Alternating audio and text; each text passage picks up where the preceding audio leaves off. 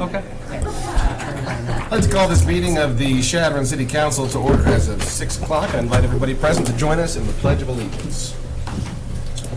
I pledge allegiance to the flag of the United States of America and to the republic for which it stands, one nation, under God, indivisible, with liberty and justice for all.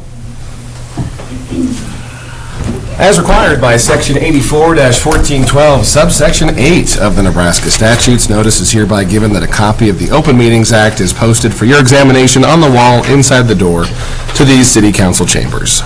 May we have a roll call, please? Miles Bennett. Present. Keith Krupa. Here. Mark Werner. Cheryl Wolf. Yes. George Klein. Here. Move to approve the agenda as written. I'll second that. We have roll call on the motion. Welch. Yes. Klein. Yes. Bannon. Yes. Krupa. Yes, ma'am. Werner. Move to approve the consent agenda. I'll second that. On the consent agenda tonight, minutes for our previous meeting, we got some correspondence. Wanted to help publicize the 135th celebration, the anniversary of the Chadron record. 135 years of Carrie Rump putting out the best darn paper in town.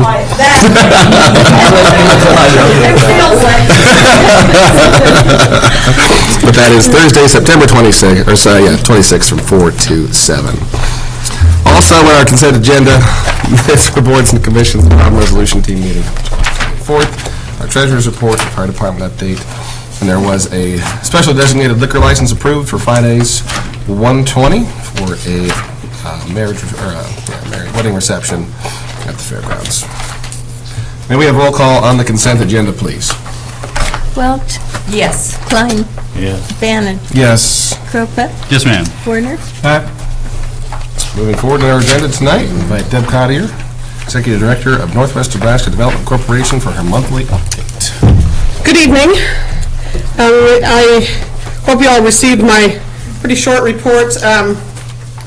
One of the things that's taking up quite a bit of time right now is we're kind of in the final week and a half or 2 weeks of planning for the Pine Ridge Wild Turkey Hunt, which is now the Governor's Pine Ridge Wild Turkey Hunt.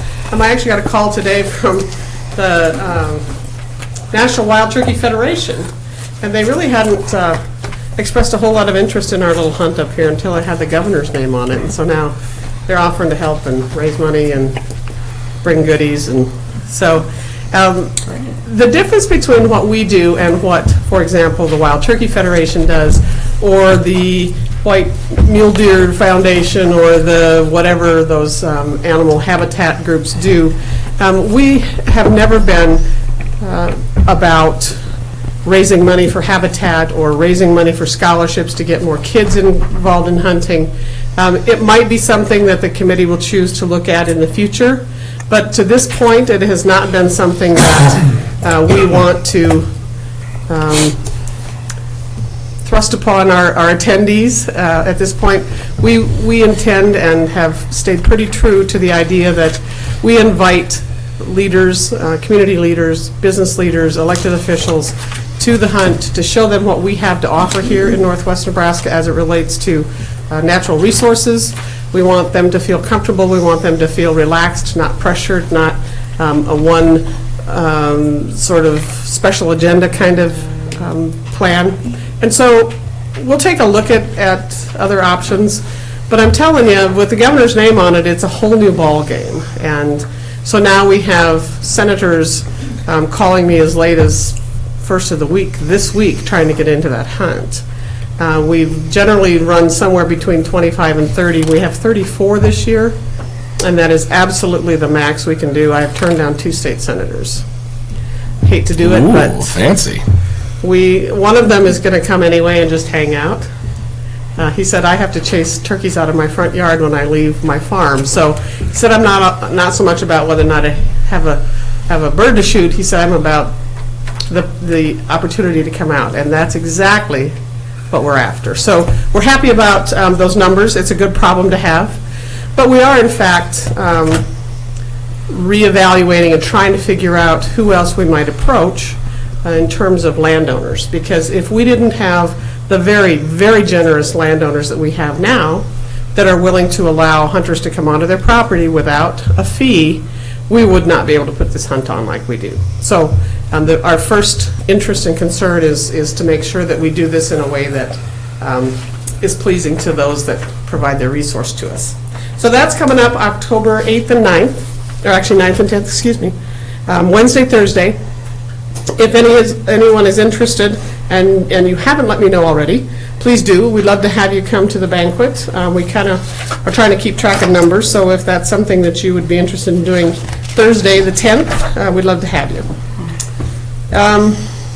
Heartland Expressway, we had a meeting, it was just last week, I guess, in Gehring, and are set to attend the Ports to Plains annual meeting, which is sort of an umbrella organization that we're a member of. That's all of the states from Mexico to Canada. This year it happens to be in Williston, North Dakota, so I will be attending that on behalf of the Heartland Board. We have at least one other member from the Panhandle of Nebraska that intends to go. Might be a couple by the time we're all said and done. That's fairly close to us to have the meeting be in western North Dakota. Generally, it's in Texas somewhere. And so, again, if there's interest, the Heartland Expressway Association has offered to pay expenses for board members and for elected officials in member communities, if you're interested in attending that. That is the week after the turkey hunt, so I think it's the 15th to the 17th of October in Williston, North Dakota. And I wanted to say that I enjoyed the opportunity to see so many folks come out to attend a visioning session in Crawford. As you know, NNDC is a county-wide organization, and so I went over to participate in a session that 3 entities together put on over there. It was the newly appointed CRA, Community Redevelopment Authority, I couldn't think of the R, their Community Foundation, and the Chamber. And so there were probably 50 people in the room. Some really great ideas about buildings that might be able to utilize some brownfield grants. PAD helped by bringing in a consultant from Ayers and Associates out of Cheyenne, Wyoming, to sort of be that expert from 50 miles away and talk about some things that maybe some folks hadn't thought of. So that is a positive step forward, and I would applaud them for the effort, and getting that many people in the room in Crawford is quite an accomplishment. So hopefully that will lead to something even better. And I guess that's about all I've got in terms of activity at my office, unless you have some questions. Any questions for Deb? You answered mine. What time is the dinner on the 10th? It's actually scheduled to be at 6. There is fun and games from 3 to 5. Like Catan? We met 6 p.m. You Like said on the yard 10th? Yahtzee and Oh, okay. Yard Yahtzee. That's State Park. it'll be at Chadron State Park's group facility. Thanks, Deb. Introducing resolution number 2019-103 and move for its adoption. I'll second that. Resolution 2019-103 is to approve a lease agreement for some ground just to the south of Greenwood Cemetery, very similar to the agreement which we approved previously for the land by the wastewater treatment plant. Any questions or discussion from the council? Yes, I have some questions regarding that. And I was thinking, yes, it was very similar to the agreement we made when we rented or leased land to Doug Downs in our August 26th meeting. And what struck me, and I would like to know, why is it that we're renting this for a sum of $0 for this calendar year and next calendar year, and then just $100 for the calendar year of 2022, when for Doug Downs, he was charged $300 annually for the first 3 years, $500 annually for the next 3 years, and then $800. So I'm curious, if you could let me know. The property that Doug leased was a larger total sum of acreage. In addition, there was also some improvements that were already done on the property that Doug was renting. This parcel here has not been used at all for haying activity in which is being proposed for this. So right now, it's essentially was used for wheat, and there has been no real improvements on that, where the other property had some, modifications and changes. So that's why there's the difference in the cost per acre, as well as the cost for those first 2 years, and why those changes were for the two different properties. I see. That makes sense. I seem to recall that Mr. Downs was talking about how challenging working that land was. So it seems like he's presented with some challenges there, and I'm just a little uncomfortable renting it for $0 if it's something for the city. That's for 2 years and $100 for each for the calendar year of 2022. I certainly understand the need to examine the quality of the land, but Think of it as not having So- to pay the cost of. So he planned to sow alfalfa in it? Correct. Okay. That's 7.05 acres, of which the taxes we pay, because it's apparently not in our municipal cemetery property, are $670 a year. Could we not include that in our cemetery property and just control the weeds and come out money ahead and get rid of the taxes? I know we get a little bit back, but so on 3 years we're going to pay in taxes about $1,900. So, and I drove out there this morning, and I stopped at the edge and looked over there and said, golly, would it cost, could we just include it in the cemetery operation, because we aren't going to come out money ahead regardless, unless the only way we would come out is the cost of spraying the weeds is more than $500-600 a year. And the cost of alfalfa, if they put alfalfa in, because that'd be a crop that could last longer than its lease. Yeah,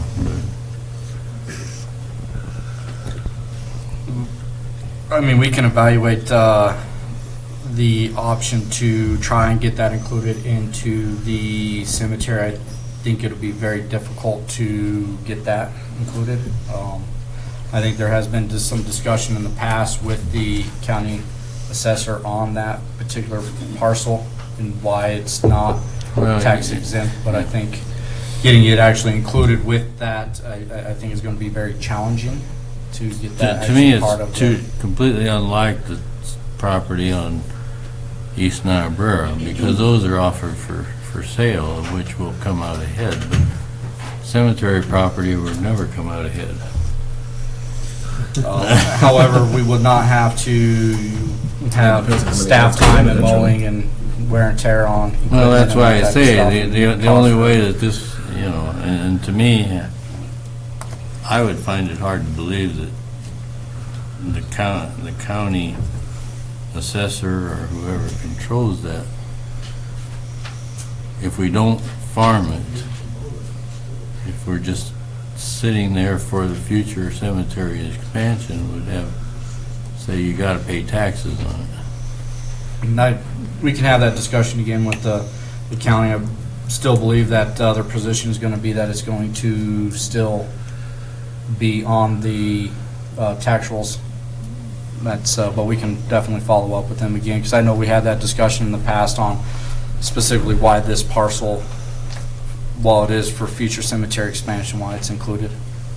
What was And happening on this land before this, just for... It was being farmed as part of the overall larger property that NNDC owned. And now that that's changed, that's not going to happen anymore. So our options are lease it out to somebody to do something productive, or... Did we get a check each year for the sale of weed, or? The city has Rent. owned that property for almost 20 years. Right. We've been paying taxes on it for that long. And we have gone and tried to talk them out of their reasoning on why we pay taxes on it.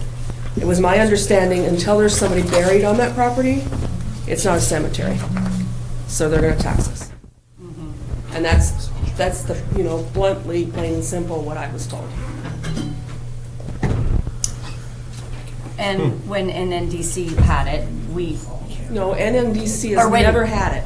okay, when it was right, it was leased by someone. Could you clarify that, please? NDC's farm lease with Ed Peterson was the 5 acres that's immediately east of the cemetery expansion plot, plus the 20-some acres, essentially what we sold to Eric Fuller.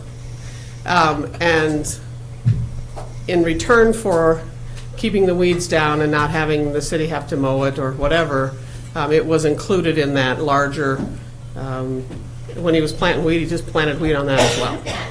To my knowledge, that 5 acres was not parceled out separately, and the city did not receive any payment on it. NNDC received weed about every 3 years on that tiny little bit, and our share of it, after we paid for weeds and herbicide and all of that, we got less than $1,000 a year as an average, I would guess.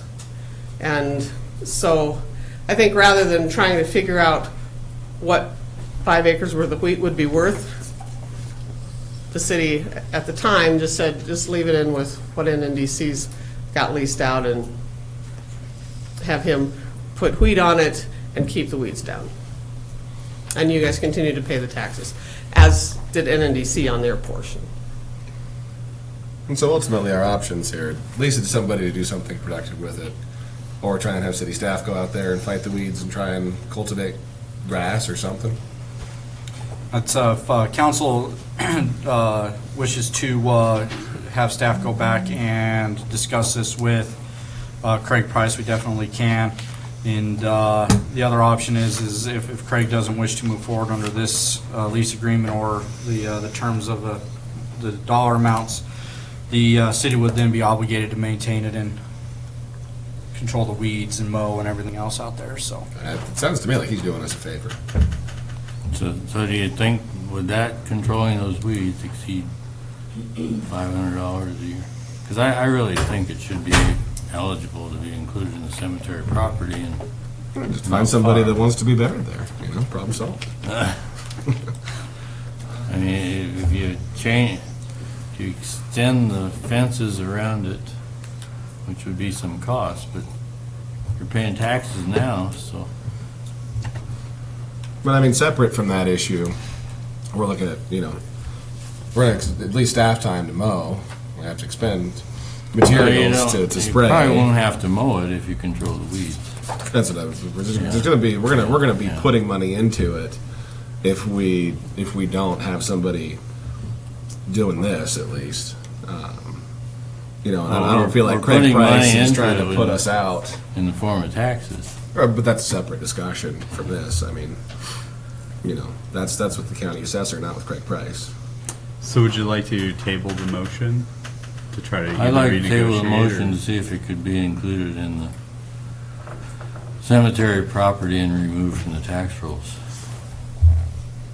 Yes, and if it can't be that, I think we should settle on some sort of price. We charge people to use the community gardens, and I know that covers water, but we do charge things.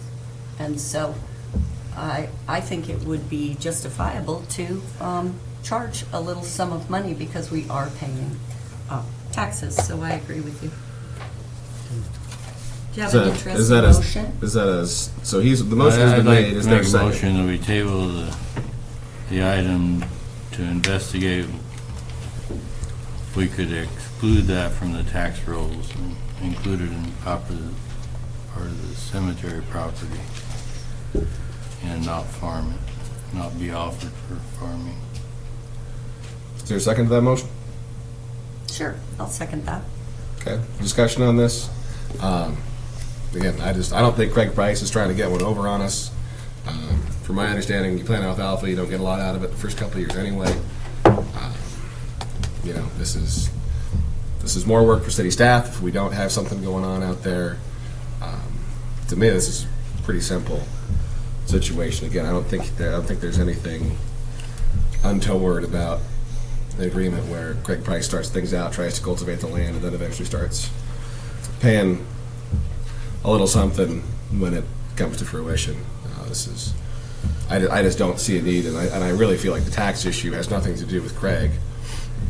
Well, if we were, No, if we're I didn't say it receiving money, then it does make it a problem. Right, but it sounds like the stance is clear until there's a body buried there. Then, you know, it's. From my vantage point, I would feel much more comfortable charging a little something for an annual sum for him to utilize his land. I appreciate his interest and his effort, and perhaps like the contract for Doug Downs, we should look at a nominal amount, and as the land improves, that would increase. I understand it's a smaller amount of land, but 300 annually, 500 annually, then 800 annually is a lot different from $0 and then $100. So Has that would Craig be- Price signed a copy of this already, or can we move to amend this? You can amend as, we can take it back to Craig and see how he would like to move forward. So, would you like to propose an amount, Cheryl? Would I like to propose an amount? No, I think I need to. Wait, finish do we that. need to finish We the have motion? to. You said the motion that hasn't been Yeah, voted. there's a That's motion. I don't disagree with the I haven't lost track of amount at all. It sounds a little low, but I realize that there's going to be a large amount of preparation to get it in shape. But I would like to investigate the possibility of just removing it from the tax rolls and the city just doing its own spraying, because I think that'll be less than the taxes and not offer it for farming purposes. I'm just saying that if we're to take this to It'll be Craig, the Chadron Deer Reserve. that was our whole town. So are we? If we want to go back, I mean, we could also just take no action. I think you gotta, Adam, correct me if I'm wrong, I think you gotta take action on the motion to essentially not move forward and Table it and go talk to the Table county it. about Well, we have a meeting. motion to table. I think there was a second. Yes. There was. Yeah. So we need to take action on that. If that indeed passes, then the next meeting, this will be back before us. Should we have roll call on the motion, please? Well, Yes. Klein, Yes. Bannon, No. Cropit, Yes. Werner, Yes. Come up at our next meeting. Moving forward in our agenda tonight, we have Carol Gooden-Rice with a report on the 2020 census. Welcome, Carol. Hello, ladies and gentlemen. So I am a partnership specialist with the United States Census, and I serve the western Nebraska and eastern Wyoming area. And I just wanted to give you a report on what's transpiring with the census, and also have delivered a packet to you. So the census counts every person living in the United States once, only once, and in the right place. The United States Constitution requires a census every 10 years, and the census covers the entire country and everyone living there. The first United States Census was conducted in 1790. Every 10 years, the results of the census are used to reapportion the House of Representatives, determining how many seats each state will get. It also is about redistricting. After each census, state officials use the results to redraw the boundaries of their congressional and state legislative districts, adapting to population shifts. The census data determines how more than $675 billion are spent supporting your state, county, and community's vital programs. Taking part in the census is our civic duty. Completing the census is required. It's a way to participate in our democracy and say, I count. Census data is used to support community initiatives by businesses to decide where they want to build stores and offices, by local governments to decide where public safety and emergency preparedness needs to start. It's used by real estate developers to determine where to build new houses. A federal law protects all of the census data, so I wanted to assure you that everything is secure there. Answers are only used to produce statistical data. That statistical data is handed over to the President of the United States on December 31st, 2020, and that is how he decides to send money to all the states. The money that is sent to the states is used for school lunch programs, roads, bridges, Head Start, WIC, all of the programs that are so vitally important to our communities. Census Day is April 1st, 2020, and we're excited to announce that this is the first census where not only can you complete a mailed out form that comes to your home, you can also complete it online or by telephone. So we're hoping to save lots of tax dollars by letting people participate in the census this way and having less U.S. Census officials come out to people's property and collect that data. And so we're excited to announce that the City of Chadron, we've been working with their city manager to start a CCC committee, which is called a Complete Count Committee. The federal government recognizes that you guys are the trusted voices in your community. You're the people, your constituents trust you to make decisions. They trust you to give them vital information. And so these complete count committees are so very important because they're comprised of people like the media, your faith-based communities, your school officials, your city officials, your medical people, and they come together to come out with an initiative for their community that just lets people know that it's safe to participate in the census and that it's our civic duty and that it has such a vital, vital role in our community. It gives us all those federal dollars back. So I just wanted to come and answer any questions that you guys might have about the census. In your packet is a brochure that just tells you all about what a complete count committee does. And again, it's just that the really big thing is it's that trusted voice. You guys have a big role in helping the community decide what is important and how important the census really is. In the right-hand side of your packet, in the back, is a statistical data sheet. And it just lets you know a little bit of information about your constituents. But I just wanted to point out on the back page, in the United States, we have 12.3% people are living in poverty, and in Chadron, it's 15.1%. And so that's just really important for you to know because those are the people that are probably using your school lunch, your Head Start, your WIC, foster care, all those kinds of federal programs that are so important and are funded by federal dollars because of the census. So just wanted to kind of point that out to you. And then there's just a timeline. Right now we're getting active trying to get all the partners and all the communities engaged so that we can get the word out. The census, again, can't tell you how important it is, and it's a one-day thing, so it's really, really important that we capture all that data. Are there questions that I can answer for you about the census?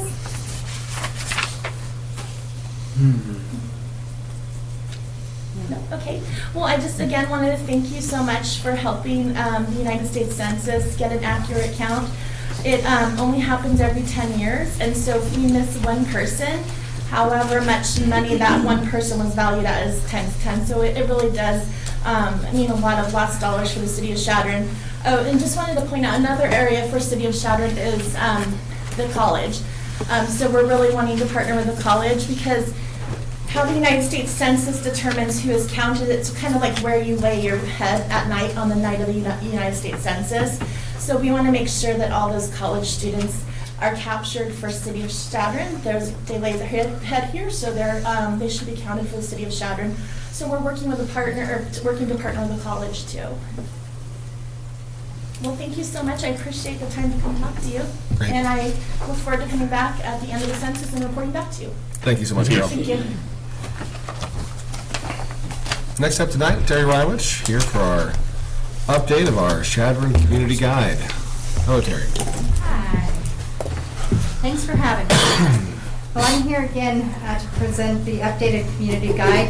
And first of all, I'd like to thank Deb Cottier for doing the work that she does to make sure that these booklets are up to date and current for you, because it does help us, it does help in many ways as far as how you can attract people to your community. The book includes information on demographics, economic development, labor, market access, infrastructure, communications, tax structure, local government, education, quality of life, community facilities and services, agriculture and raw materials, and climate. The community guides can be used as a tool for the recruitment of new industry, community, and retail businesses and professional people, such as teachers and doctors. The books have also been used to recruit new employees. As a free service to you, a customer of NPPD, the book was compiled and 30 copies were printed. I've delivered 5 copies here tonight to Donna, 10 copies to Donna. And the others have been 15 copies have been left with Deb, and the others remain with NPPD to be used for industrial recruitment.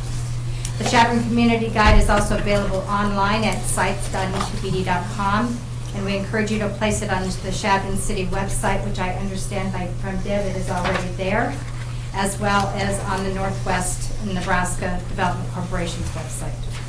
So it is important to keep the book up to date. Changes can be made online or by faxing, emailing the changes to us. A complete update is highly recommended every 2 years because data does become stagnant. Other services available to you through the Economic Development Team include leadership and facilitation, research such as an economic impact analysis and trend studies, labor studies, we do all of those. Online and printed materials are made up so that if you are looking for, maybe you need a site that you're trying to sell, we do print off brochures and make those up for those as well. Other resources, technical assistance, attracting new industries such as going to trade shows and recruitment trips, which I know Deb was attempting to get a site included on a recruitment trip, but it wasn't meeting the qualified size for this specific recruitment trip, but there will be more in the future that they'll be looking at. So I appreciate all that Deb has done to try to promote Chadron there. So for those of you that have seen the guide or got the guide in front of you, I ask, do you have any questions on what you are seeing? I assume you use quite a, census data is a big part of what you use to feed into this, right? Looking at population and things like that. Labor studies, a lot of information, our economic, we have an economist on staff. We actually have 2 of them on staff. Oh. One's learning the job from the other, but yes, they do compile data from various sources. Good. I'm sure you're all wondering who that nice-looking young man is in the golf photo. His last name is Borghino. We saw it. We saw it. We've used that photo for about 6 years now. We probably got to look for a new golf photo. I apparently missed that one. I would just add real quickly that one of the huge benefits that we get as an NPPD community is this sort of thing. They have a full-blown arts department. If we need a map drawn to be placed on a site brochure, or if we need help putting together a multi-page tabbed and indexed PDF stuff that I don't know how to do, I just call NPPD and say, could you put all this together and make it look nice? And they do. So this booklet is really important for our image, as well as the go-to piece that when the hospital finally figured out that we had these, they're like, well, where have these been? And they use them in their actual recruitment packets that they send to potential employees. So thanks to NPPD.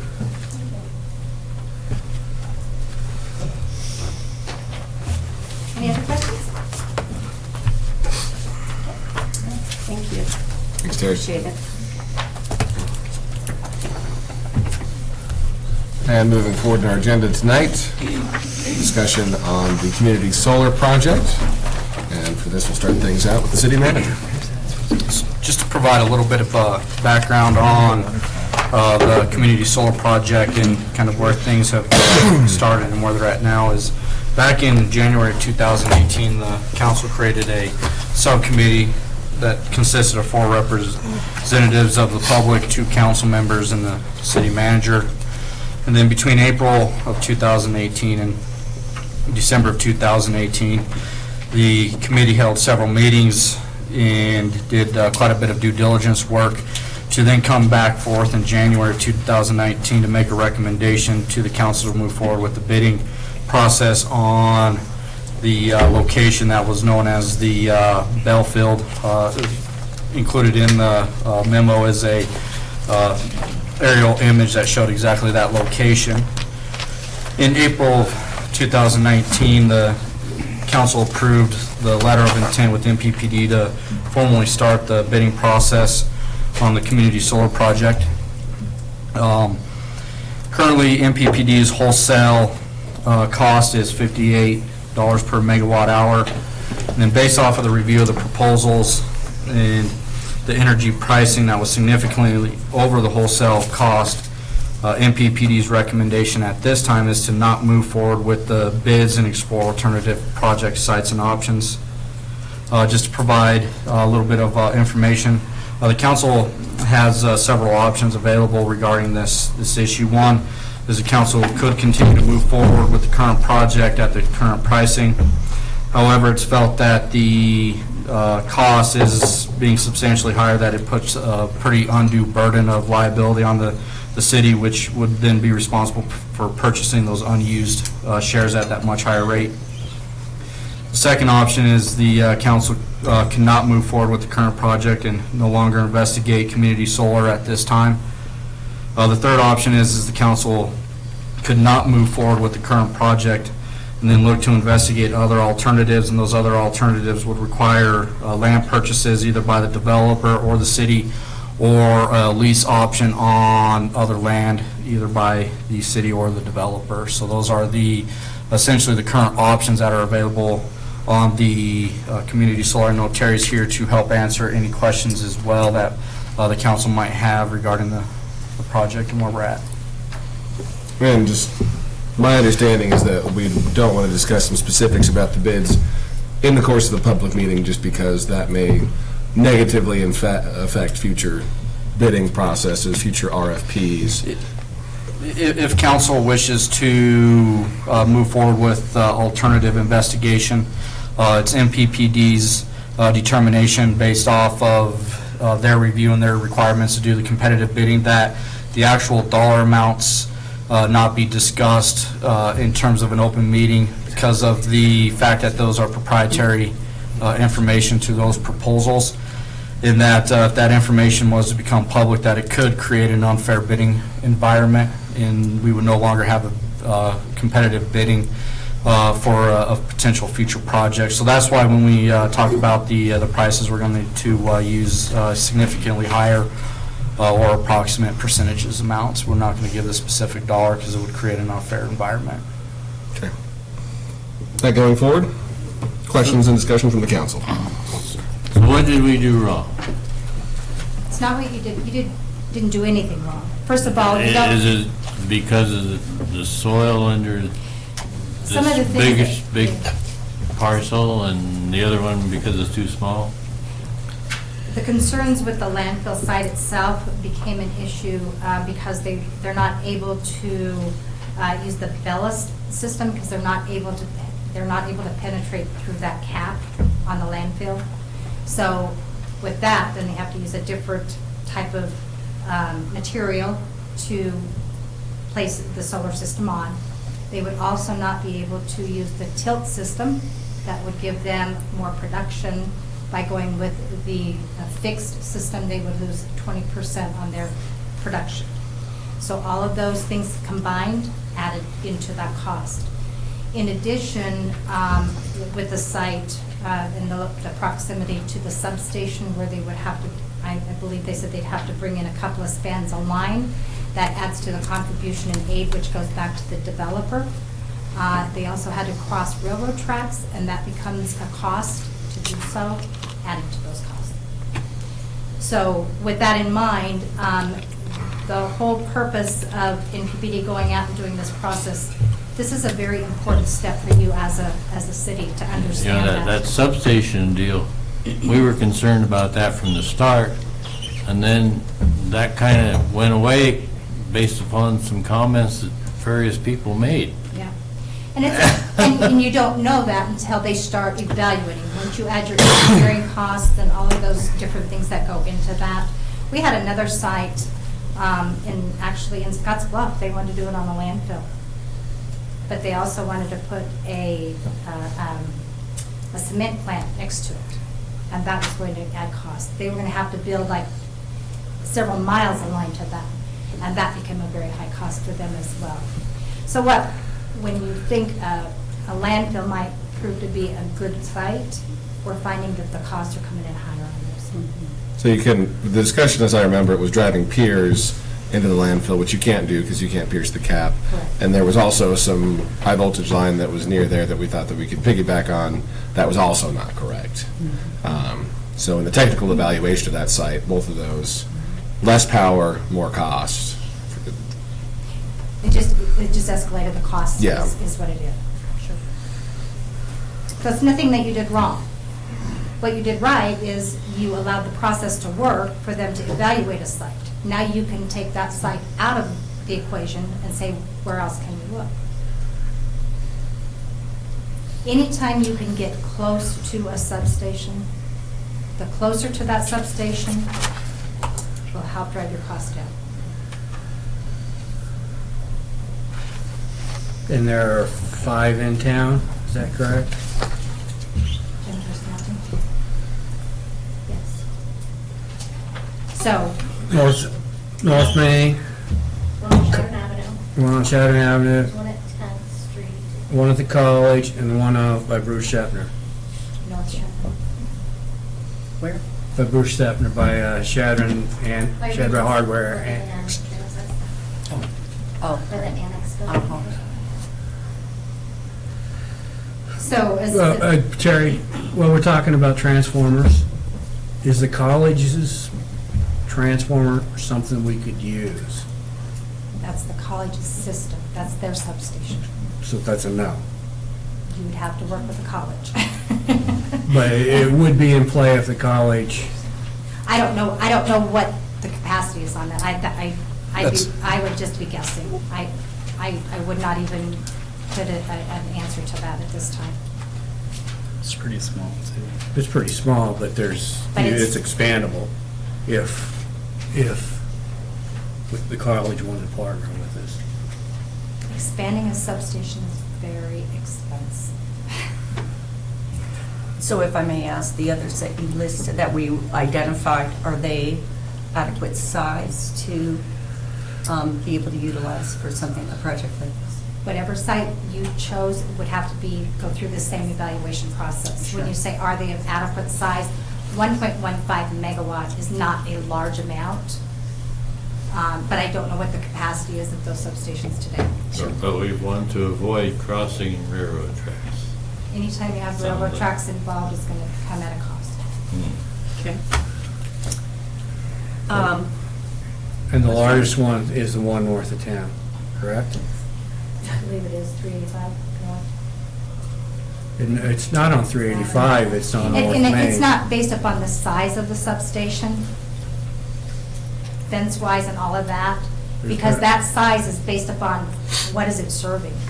So they would look at that substation as a whole, and if it needed to be expanded, they would tell you, in order to build here, this is what you would need. But that's going to take an engineer to review that and tell you that.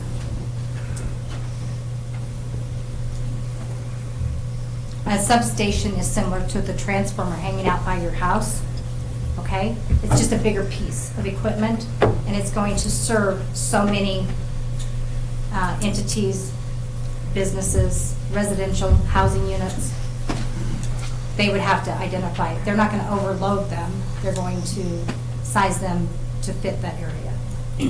So we'd want to be looking at something, look at locations that are not city-owned, since we don't have a city-owned location, that are then closer to a substation?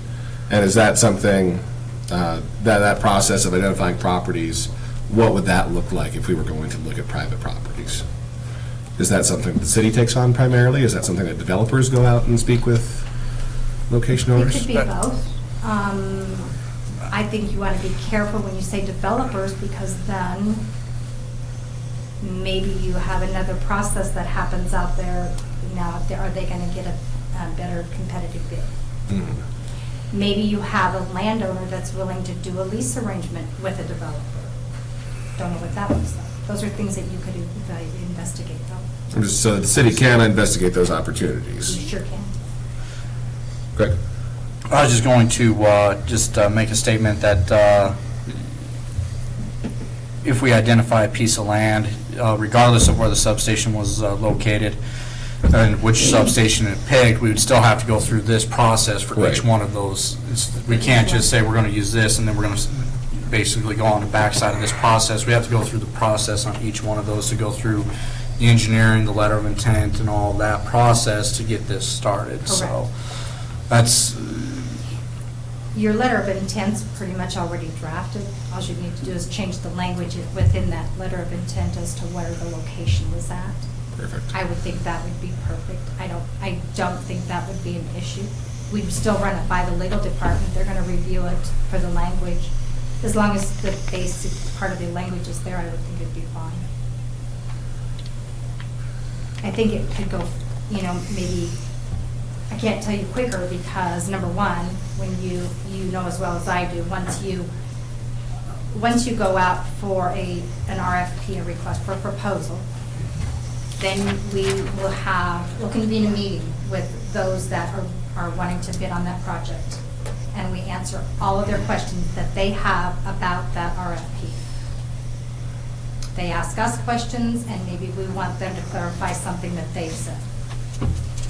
Then that gets just meshed back and forth, and that can take months, literally months to finish. Just for simple one-line item language can take a long time. So then they go back and forth with that, then the bids come back, and then they do an evaluation process, and they base it on a lot of factors. They have a 10-page process that we go through to narrow that down as to who we would select or what that pricing comes in at. I had a question. So the city of Scottsbluff is doing a 4-megawatt community solar project, is that right? 4.6. And so they're putting all of their city electricity on that project, right? That's correct. And so so everything, even though it's not technically the same time, the streetlights, everything, They can't put streetlights on. anything that can go on it does go on it. Correct. And that takes up like a lot of the No, capacity of it? no. Okay. How much is I'm just curious. It's about 50%. About 50% of that community solar is going to be powering just their city government. Correct. And for them to do that, their pricing per megawatt, did that come out pretty competitive then? Is it below NPPD or is it about the same? It was below. So So the goal, these projects can reach that point. they can, as long as you've got the proper site, and Yes. if that's what the developer's looking for. We did not have, I think we had one bid on the 500 KW. It must have just fell completely out Mhm. based upon their evaluation, because the only ones that came in were on 1.15 megawatts. I got you. So this isn't something inherent in solar panels being more expensive. The technology has changed. This is just purely, these locations were And not good. Costs involved to get it there. Okay. And this is what you want. You want somebody to go out and look for that for you so that you're not making a decision that could impact you long-term. We're here to help you make the right decision for the city, not impact your bottom line. Thank you, Terry. I appreciate you clarifying some of these things for us. Sure. I think we can all agree that the bottom line is very important, and it's our responsibility to help make sure that we safeguard the expenditures of the city of Chadron. I personally am very disappointed with this. However, I think what you've just pointed out, that we had some errors, missteps in the process. I disagree with that statement. Okay. All right, let me see if I can say it better. We learned a lot in the process. I think there was some lack of clarity and understanding. We had a very committed group of people who were on the committee, and very intelligent, well-educated people. So I do believe that they, as well as everyone involved, had the best intent. But I think the parameters were not clearly identified for them. I don't know that they knew that crossing the railroad tracks cost more, that these various parameters. So now we None know. of us did. We could not have known. Right, so now we do know. This is not a failure, I don't think. No, I don't think so either. I think we've learned a lot. And, the fact that Norfolk has done this, and Fremont has done this, and Scotts Bluff, and Kearney, and I think Chadron can do it. I really believe in our community that we can have this sort of opportunity as well. But we need to start looking for a different location. So I'm curious, can I ask if there's anyone in the House who would like to speak to this, whether as constituents, people who live here, people who were on the committee, if they'd like to share their opinion with us. But I think one thing that would be good to know going forward is just, we're obviously not taking any action tonight, but I think a consensus, just, I would say personally, I think that this is just one more step in the process. This isn't the end of anything. I think that it's pretty clear here that, from my perspective, we need to just continue looking at new sites. Okay. And see if our committee is willing to continue serving as we look at some new options to find something that is going to lower the costs to the point where it makes economic sense. Right. I'm in complete agreement, Miles. I guess that, for me, it would be more of an accelerated timeline. How quickly can we turn something around? We're years into the process. Yes. And so to get it to the RFP phase, How long? I guess is what you're wanting to do. How get it to quickly RFP. can we? Yeah, It took 3 months to have the first meeting. I think we can't have that. We need, time is crucial. So I think it's really important, number one, and you had a committee, and I think you all were very interested in understanding and making that best decision. That's a process that hasn't happened across NPPD yet. That was a year process that knocked you back in time. That time is really crucial. So if you've got a site, the sooner you can get that information to NPPD, that you found a site that you believe, our engineers will take a look at it and say, I think it's a good location or not, or at least say, we can maybe work with this. If they think it's going to have a lot of added cost, they can say that. But we've got upwards 20-some projects going at any one time. So when you're talking about escalating and moving a process along, you're now behind those other projects. Mm-hmm. So you've got engineers that are working on a lot of projects, not just community projects. They got transmission projects coming at them. They got a lot of other things coming. So just keep that in mind. You are in a process. I just want you to know that. Sure. I will tell you that of the 3 options that Greg has presented to you, NPPD will support whichever way you want to go. We're here to just help you. Okay. So Greg, what was your idea when you said the city council has the following options?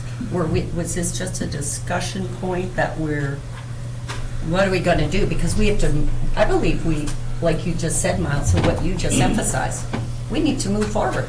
So what were you thinking when you wrote that? I was strictly just providing what options are available for the council. Ultimately, it's whatever council's decision that they want to take, we'll continue to move forward with that. Okay. Are we facing any federal deadlines on reduction in credits? We are, that's the federal tax credits will decrease from 30% to 20% in calendar year 2020, and they'll decrease again in calendar year 2021 to 22%. Right, so we have 3 months in order so that any developer could get 30% versus 20%. Is that what I just understood, Craig? 26%. Well, oh, 26%. But you got to realize is that's the date of completion. So it's not the date that the agreement is, the actual date that it's commissioned.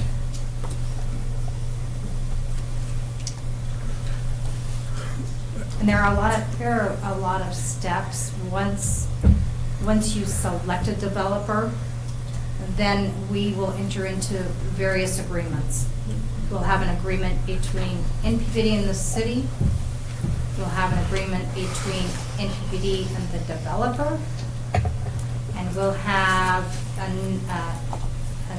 a generation interconnect agreement with the developer. And those are all in place, again, to protect the city's best interest, to make sure that whichever developer is selected, that they are doing exactly what they say that project will do.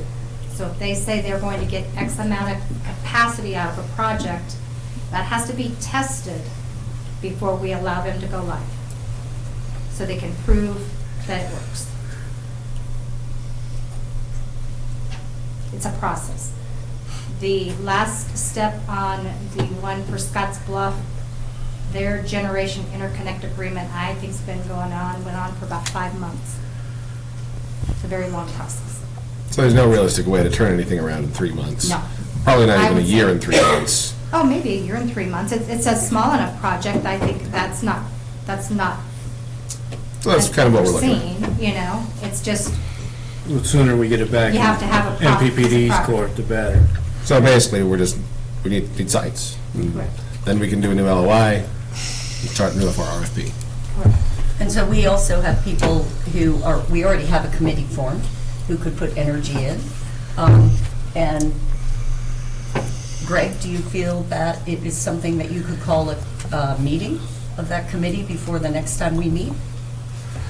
That's, I can sure try to get everybody's schedule to align. As we all know, we're trying to get, multiple bodies to agree to timing, and, it doesn't always necessarily work out to, get that facilitated in a timely fashion sometimes. So I'll definitely look at my schedule and reach out and see what is available this week for folks to sit down and meet. But again, if,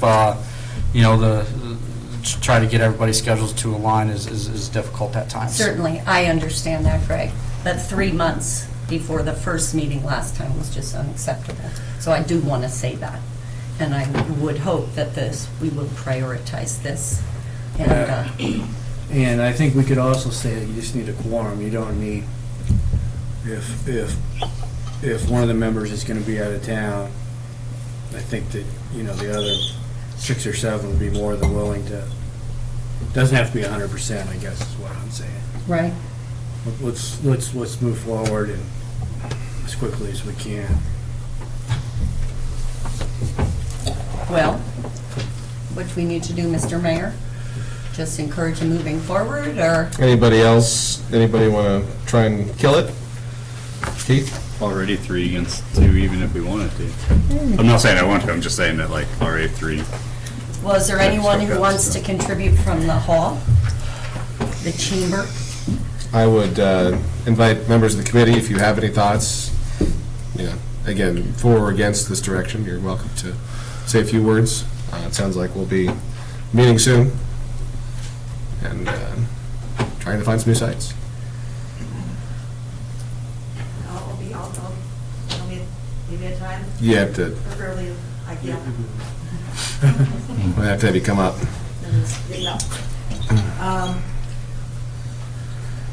I'm all for meeting this week if we can get a time to get together. I'm free at least later in the evening, so just give me an email or a phone call. Very Thank good. you, Ann. Dr. Buckman? I would go along with that also. I was on the committee and. Very good. Not on the committee, but just voicing my community You're welcome to speak. support to continue looking at sites. And I do have a question on, can you only move forward with one site at a time? Is that a question for you? Or can? This, our initial request had 2 sites on it, so. Okay. So I just thought that might help in Yeah, and just bundle several. moving things forward quicker. But there's definitely community support out there. I've been talking to my neighbors and other community members, so. Yeah, I want to get this done as quick as possible. Thank you. Do you have what you need, Greg? Any further questions or comments from the council? Very good. If we could have an update next meeting as far as when you have chosen to meet, I would really appreciate that, because I think the urgency to move forward on this is paramount. Cheryl, you're on the next agenda meeting. Great. So that will be October 1st, Perfect. 4 p.m. Okay. So basically, Send council an update prior to that. Yes. excellent. Moving forward in our agenda tonight, we do have, we're just introducing this as an ordinance. Adam? Yeah. Okay. An amendment to our appropriation ordinance. Don't you need to introduce it first? It says council member. I wish to No, the introduce clerk- ordinance city number clerk. 1412. Oh, never mind. Ordinance number 1412 has been introduced. Please read ordinance number 1412 by title. An ordinance to adopt the amended 2019-2020 budget statement to be termed the annual appropriations bill to appropriate sums for necessary expenses and liabilities, directing the publication of this ordinance and prescribing the time when this ordinance shall be in full force and effect. I move that the statutory rules in regard to this passage and adoption of ordinance number 1412 be suspended so that this ordinance number 1412 might be introduced, approved, and passed at the same meeting. Need a second? I'll second that motion. Any discussion on ordinance 1412? Clean up on some of the numbers in the ordinance from last time. I did have a question, and I noticed that the public safety fire equipment / apparatus, the estimate had gone down. So all sources estimated, and I was just wondering, what does that do? That seems about $27,000 less. Does that mean in the receipts is, if you could just clarify for me? This was the transfer clerical issue that we had mentioned during the final reading of the ordinance, where we still had the revenue coming into the public safety fire apparatus. However, the expenditure was not included in the general fund. So this was the clerical cleanup on that associated with that transfer. The other change is associated with the grants fund associated with the receipts of the revenue from the Department of Aeronautics of a little over $150,000 associated with that. So those are the two changes from the ordinance reading that we had at the previous meeting, and that's what the purpose of cleaning those up. To provide a little bit of background on this, we had discussed this with the department, the state auditor's office, as to the appropriate way to submit this, knowing that we should have done a motion at that time. The recommendation was to go ahead and come back forth with the new ordinance. The budget was submitted to the state in time. The auditor said that this can be submitted under a separate attachment at a later date. So there's no issues with being late on this. It's just a matter of cleaning this up to match what was approved by the council on those changes. So no material change. Correct. Further discussion? And we have no call on the motion to suspend the rules. Welch, Yes. Klein, Yes. Bannon, Yes. Crudup, Yes, ma'am. Werner. Aye. I declare that the statutory rules in regard to the passage and adoption of ordinance 1412 be suspended, so that the ordinance may be approved and passed at the same meeting. I move for final passage of ordinance number 1412. I second that motion. Any further discussion? Ordinance number 1412 has been read by title and moved for passage. The question is, shall ordinance number 1412 of the City of Chadron, Nebraska finally pass? May we have roll call? Welch, Yes. Klein, Yes. Bannon, Yes. Crofett, Yes, ma'am. Werner, Ordinance number 1412 is hereby passed and adopted. Introducing resolution number 2019-104 and move for its adoption. I'll second that. Resolution number 2019-104 is a change order for the hangar at the airport. Ray, going to take this one? This is a change order to complete some of the electrical associated with the overhead door, as well as some of the other items with the EMT box. The EMT stands for? It's an outside plug-in, but this is the plug-in for the right side motor on the door. It's an electrical plug-in. Correct. Okay. So the FAA has approved this change order. The engineer has approved this change order as well. This will be a split between the city and the FAA on the 95-5 split. Questions? How close are we to done? The project has been fully completed and accepted. We are just waiting for the final paperwork from the engineer, as well as the final closeout from the FAA, but the city received the certificate of occupancy, and we have started advertising for daily hangar space out there. Is there an open house scheduled? Should there be an open house scheduled? It's a big empty building. I don't know. So I said should. I didn't say must be. I'm just- Have a roller hockey derby? Have a dance. I want to go look at it, so nobody else does. I think it's a nice addition to the airport, and we should celebrate it, so think about it. Sure. It's a good idea. I'll gladly cut a ribbon. I was going to say, Just bring the ribbon, I will cut it to shreds. we need to celebrate our successes, and My giant scissors never showed up in the mail after I became mayor. I'm still waiting. Well, I think it's a nice idea, Mark. Well, that's Okay. Ribbon cutting might be more appropriate than an open house. Yeah. It'd be more of an empty house. yeah. So Just looking at the potential costs involved, Potential cost. I don't think we should probably spend a lot of money. On refreshments and staff time and, Blah, blah, blah. yeah. No, I think, I want to see another picture of Miles on the front page of the paper. yeah, Karen, I never really on the front page very much. We should fix that. Buffalo Chill. Did you not hear the things I said tonight? I'm gunning for this. It's true, you did get outvoted 4-1. No, you don't. That's back to the ribbon cutting. I can work with staff to try and get a time put together if council wishes to have, and work with the media to get that advertised.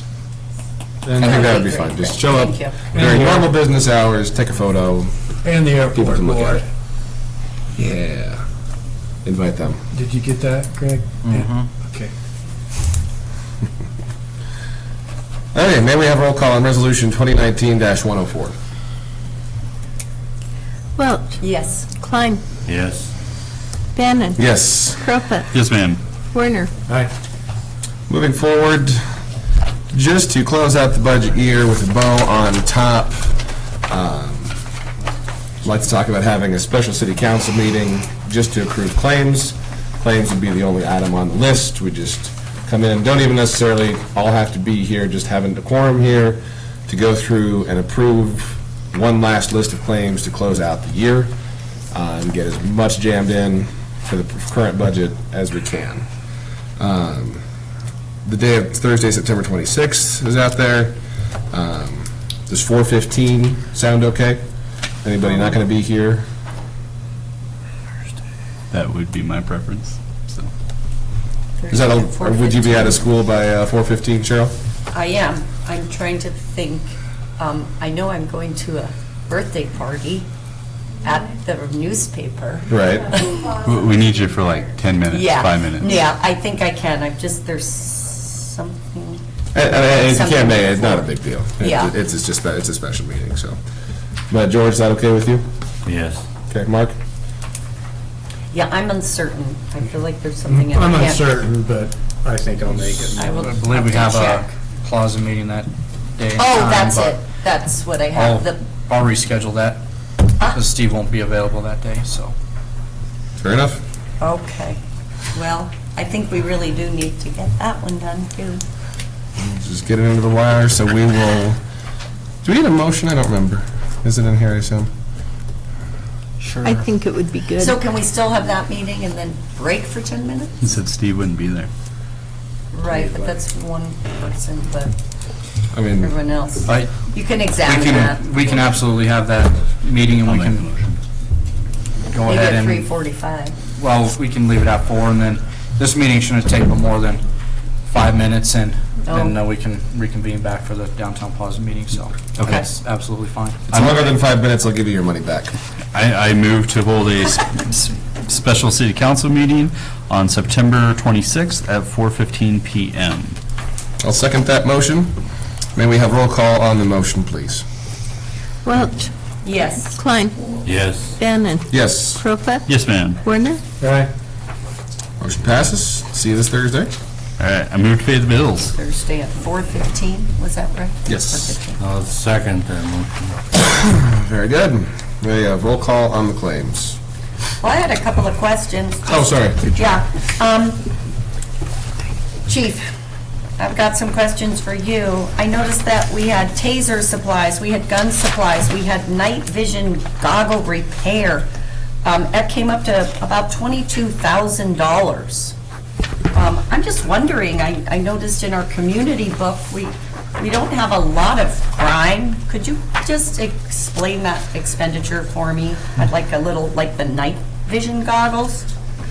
What, could you explain?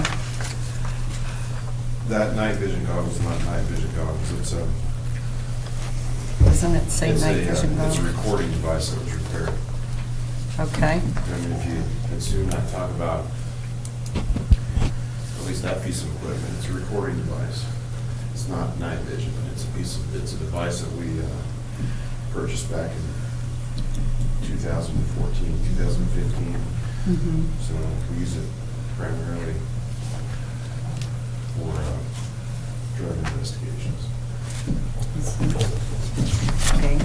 And the $15,000 of gun supplies? The $15,000 breaks down to, we purchased rifles for the individual officers, history and background.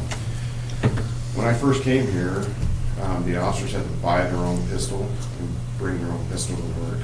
The city has since bought those. They didn't have any rifles. The only thing they had was a shotgun.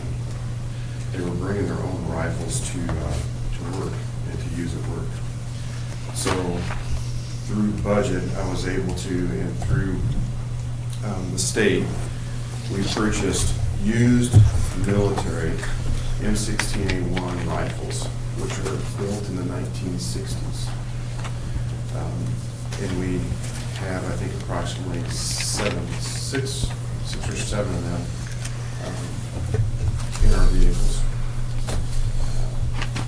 Since we purchased those, we've had to put new rifle barrels on them. We've had to replace some of the equipment on them. And each time that we take them to the range, and we seem to break something else on those 1960 vintage rifles. Now, make no mistake about it, those rifles that we carry in our cars, in the business that we do, even though that we don't, when you say we don't have crime here, you look on the news and you see what's happening across the nation. And we don't use those rifles to hunt deer. Those rifles are the officer's protection. They're your protection. And those rifles are built much differently than the M16A1s from bare bones metal sights to a optical red dot system. And so the difference between that is target acquisition. So on metal sights, you have to have sight alignment and sight picture, meaning you have to take your eye and make a focus on that front sight post. Once you take your eye off whatever you're shooting at, with the red dot system that we purchased with these rifles, you put the red dot where you want to shoot. You don't have to take your eye off the target. You have better and quicker target acquisition, and you're able to fire quicker and more accurately. And so when you look at the school shootings, you look at the shootings that happen across the U.S., law enforcement target acquisition is particularly important, particularly when you're inside of a city or you're inside of a building, particularly a school building. You want to hit what you shoot at. Those rifles, we found out very quickly, and Mark can talk about this, as can I. In the military, you have your own rifle because each person's going to have a different sight picture and sight alignment. You're going to shoot a rifle a little bit differently. You're going to bring it up to your shoulder a little bit differently. So that's why we decided after several years working with these 1960 vintage rifles is to go ahead and purchase a rifle for each one of the officers that are on the street. We are going to convert 3 of the rifles, the older rifles, the lieutenants in mine, with the 1960 vintage has a carrying handle. So we'll take the top carrying handle off and put a red dot optical sight on top of those older rifles. So we're going to keep 3 of those rifles. So we had about $7,500. We had more than that. We had about $7,700 in federal forfeiture dollars that we seized through a drug case that we had. Those dollars can only be used for law enforcement purchases. So we used about $7,500 of those federal forfeiture dollars to purchase those rifles, and which left us about, I think, about $1,800 out of my budget to buy 3 of them. So we purchased a lot of them out of those seizure dollars. And these are modular rails? Yes, they're DPMS, semi-automatic. The M16A1s are fully automatic. You know, we talked about that when they're essentially they're a machine gun. And so there's some on this 223. Yeah, 5.56. 5.56. So there's some danger in having a fully automatic machine gun in a car, in a police car, that can get broken into and taken. You see that from time to time. Obviously, the danger of a semi-automatic rifle, it's dangerous when one of those get taken, but that primarily is the history of why we decided to make that purchase, plus we had the majority of the dollars in those federal forfeiture. I see. And Chief, if they want to build a modular parts of their rifle, are you, as a city, going to buy the additional pieces, or is that something that individual officers would do on their own? Yeah, I don't think we'll put anything else on them. On the rifles that we have, they come with a collapsible stock. The other rifles didn't have a collapsible stock, so they made them difficult to, you think about this when you're trying to get out of a car, out of a small car, you have it in a locked device, and you're trying to pull that rifle, which doesn't have a collapsible stock on it, out of your car, through the door, out of the door. So there won't be anything else, I think, that we're going to have to expend out of the city budget on those newer rifles, other than the red dot scope that we purchased. The older rifles, we have been having to pay for all of those upgrades, because the A1s came with a forward stock, no accessories. You can't, unless you took duct tape, and wrapped it around. They did. Yeah, which you did, yeah. It has a H carrying handle, so you can't put any optics on top of it.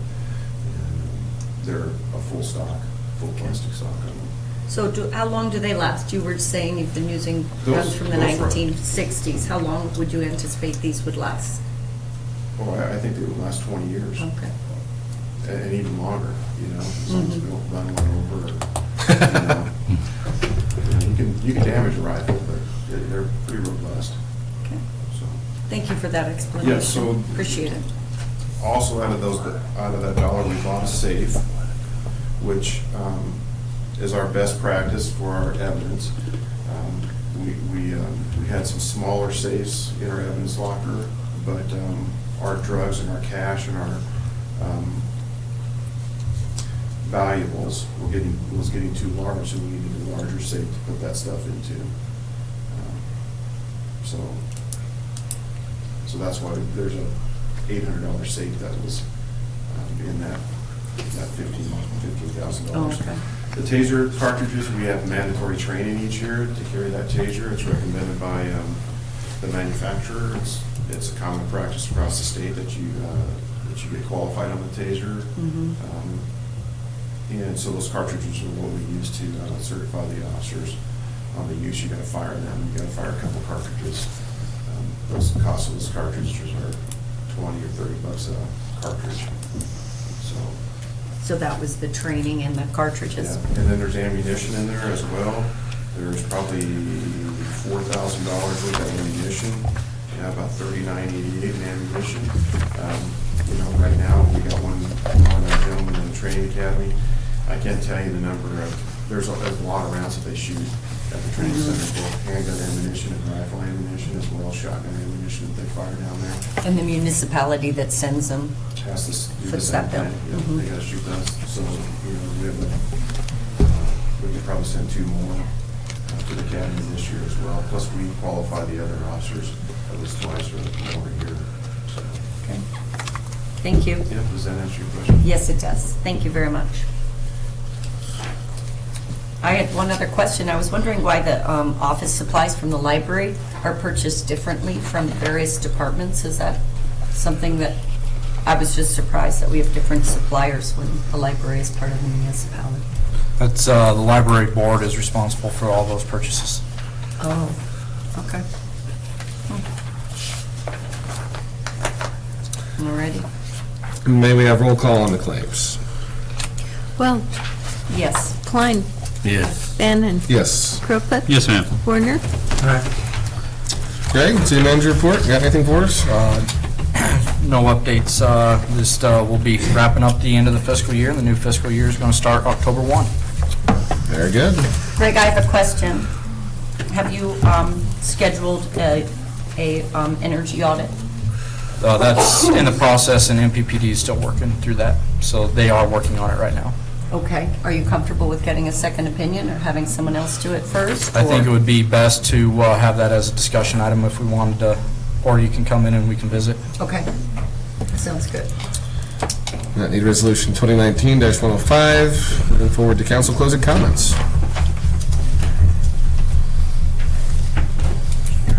I'm first. Well, I appreciate the discussions that we've had, especially the learning that we achieved or gained on the our quest to find the appropriate and very cost-effective location for our community solar. I think it's really important at this point in time that we as a municipality examine our carbon footprint and that we do our part in seeing how we can reduce our carbon emissions. And looking towards renewables is a very important step. And I'm excited to move forward with that and continue the discussion. So thank you to everyone who's been part of that. Pleased to announce that we're going to have another honor flight leaving from Chadron here on October 31st. Overnight in Denver and then fly to Baltimore and next day visit the monuments. So October 31st to November 3rd, and there are a large number of Vietnam era vets. When Chief started mentioning M16s, I never got to fire an M16. You're done through basic training in a M14, which is, left over from World War II and Korean War.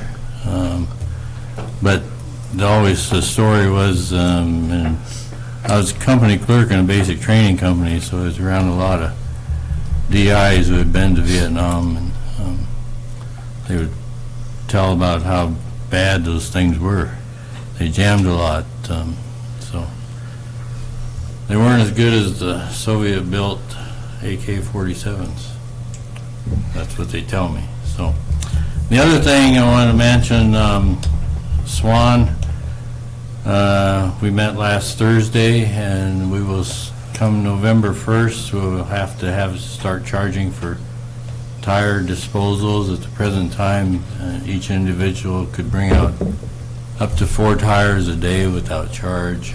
There's been some problems developed, abuses within the system, so that's being gone. So if you have any tires sitting in your garage that you need to get rid of and you don't want to pay $3 a tire, that's car tires. Truck tires and things move up in price, so keep that in mind. Get it while the getting's good. I have no comments tonight. Nothing worth saying. I'm past tonight. Okay. Move to adjourn. May we have roll call on the motion?